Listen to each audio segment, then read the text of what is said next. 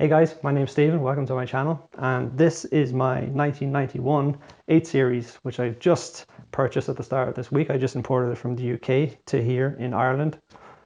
So this is a 91, as I say, 850i, so it's got the all-important V12, and it's finished in Glacier Blue, as you can see, which is quite an unusual colour for an E31. So it's got about 133,000 miles, and like I say, this entire channel is going to be dedicated towards the restoration of this car. Now it's in pretty good condition, but in this episode one I'm just going to run around the car with you, show the general condition of it. There's a lot of rust on the wheel arches, and there's some rust on the sills, and I'll just show you the general kind of service history and all that kind of stuff as well. So I actually bought this car sight unseen from the UK, so I didn't even see this car. I basically just rang up the dealer, got some information from him, got a service history, forwarded on some documents to me, and I went through them. So it's had the same owner for the last 20 years, which is a good thing. But unfortunately, in the last few years, he kind of started to give up on the maintenance of the car. So anyway, I'll show you some footage now of the car actually landing with me here in Ireland, and this is the very first time that I've actually seen the car.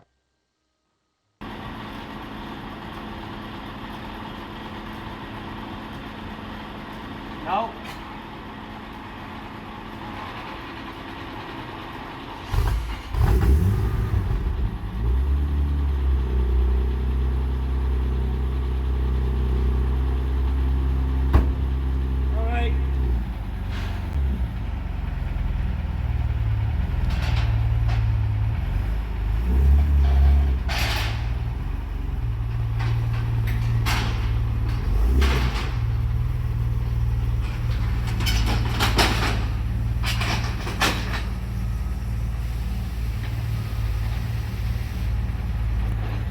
So that was the car actually rolling off the transporter for the first time and landing here in Ireland. And like I said, that's the very first time I actually saw the car.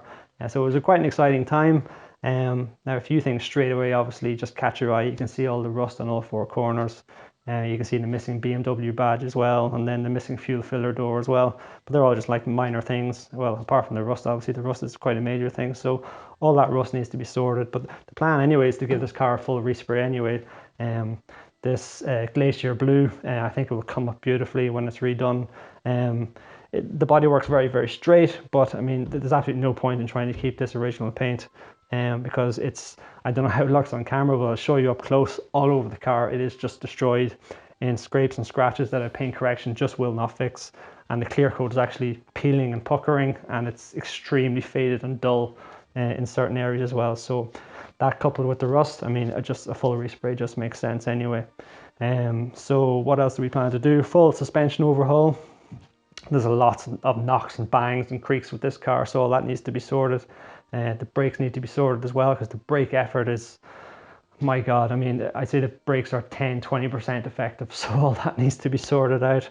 And then I'll be rebuilding maybe the top third or so of the V12 as well. So intake manifold off, valve cover gaskets, all that stuff needs to be replaced. And while the valve covers are off, we're going to be checking the banjo bolts as well on the oil rails, so make sure they don't come loose.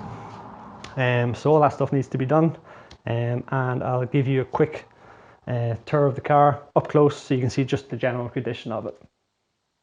So starting on the left side of the car, as you can see, it's pretty straight. I mean, there's no real dings or dents to speak of, but this is the major problem here on the back left corner. We've got rust there, as you can see on the left and on the right side, and you can see it under the right tail light there as well. There's a small little blemish as well.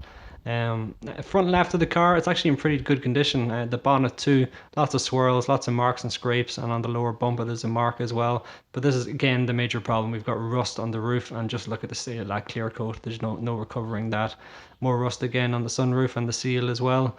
Again, the respray should look after that. Now on the right side of the rear window, we've got some delamination or condensation there, I'm not sure which. Replacement glass may be required, and again we've got more rust here on the roof as well, where water has a tendency to sit.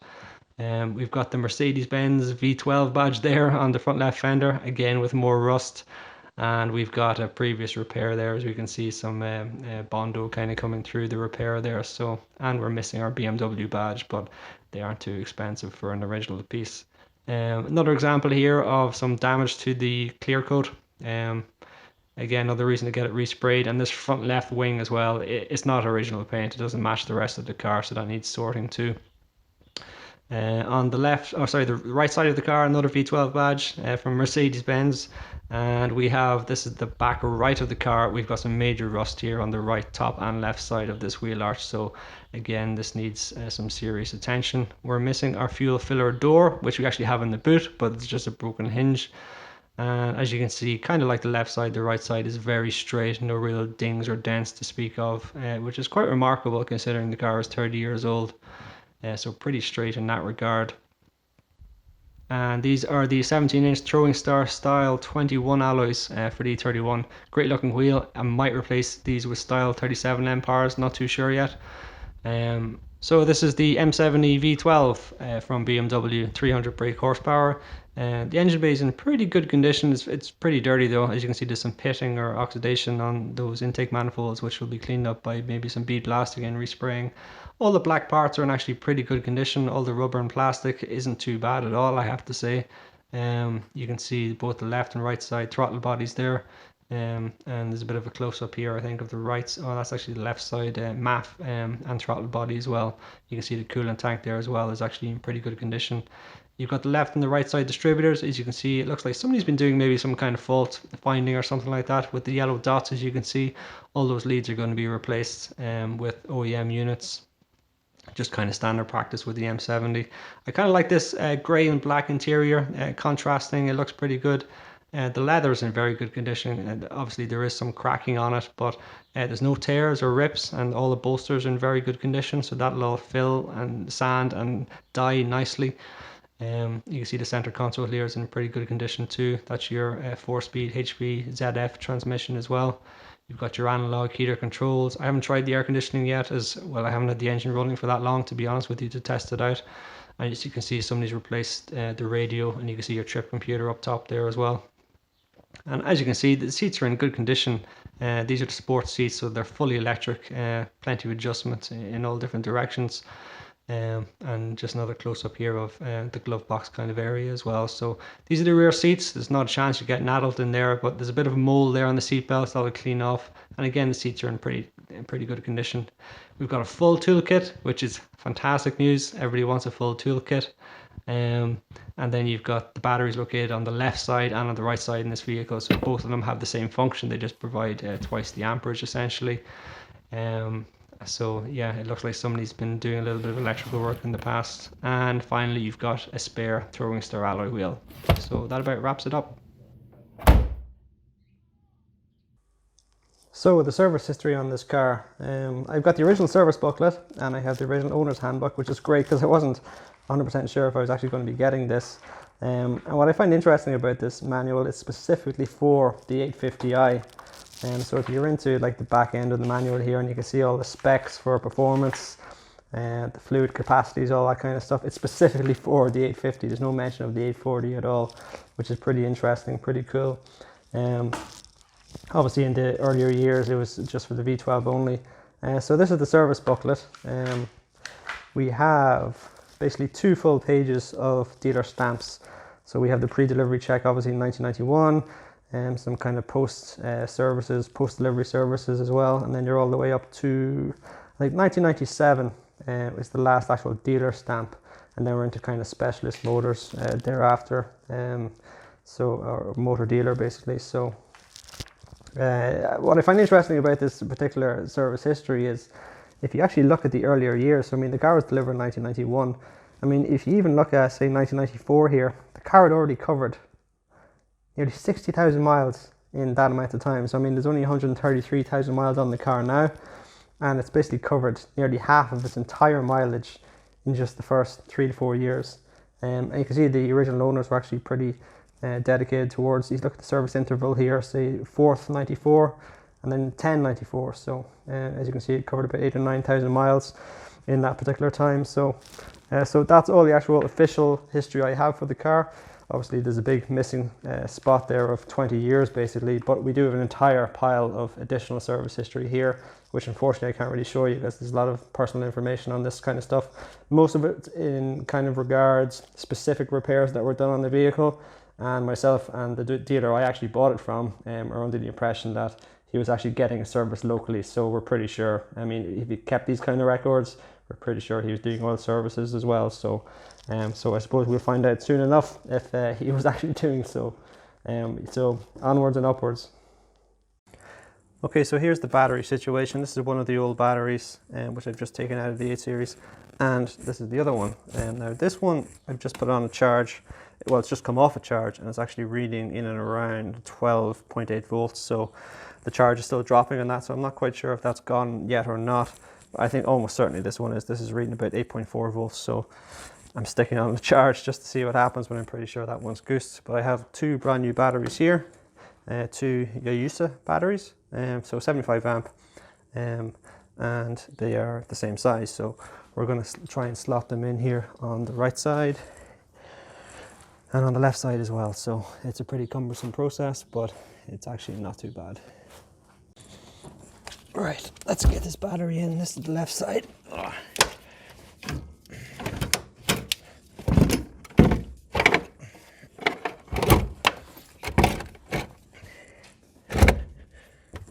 Pretty well secured. We have the positive and negative side. There is a procedure to detaching and reattaching these cables. You remove both negatives first, and when you're reattaching the batteries, you apply both positives first, and then you stick the negatives on. So I'm going to move on to the right side now. So the right side battery compartment is in worse condition than the left side, but it's not all rust. I think the battery has been leaking here. And there's a bit of brown water sitting in here as well, so we'll get this battery in regardless, just so we can get it started up.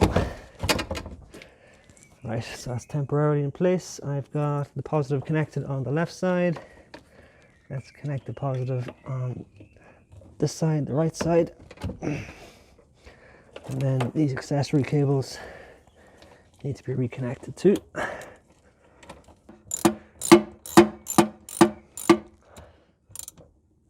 Yeah. Right, so left side negative cable. Right side negative cable. Let's start her up.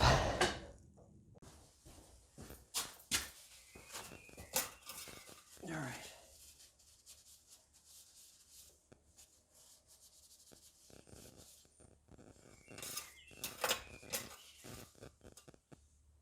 Oil level is good, but it is jet black. I'm pretty sure there is some coolant here. Yep. Doesn't smell much like coolant.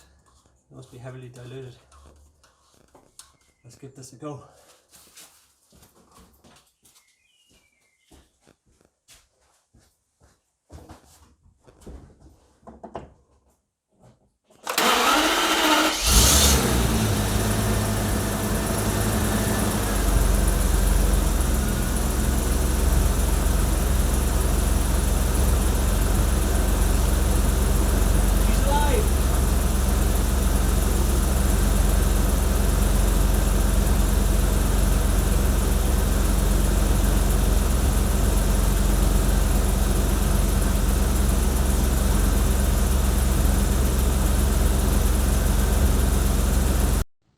So the car starts, as you can see, but I've got my work cut out for me. So if you want to follow along, make sure you hit that subscribe button and hit the little bell as well, so you get instant notifications when I upload a new video. And I hope you enjoy the pain as much as I do. So see you all next time.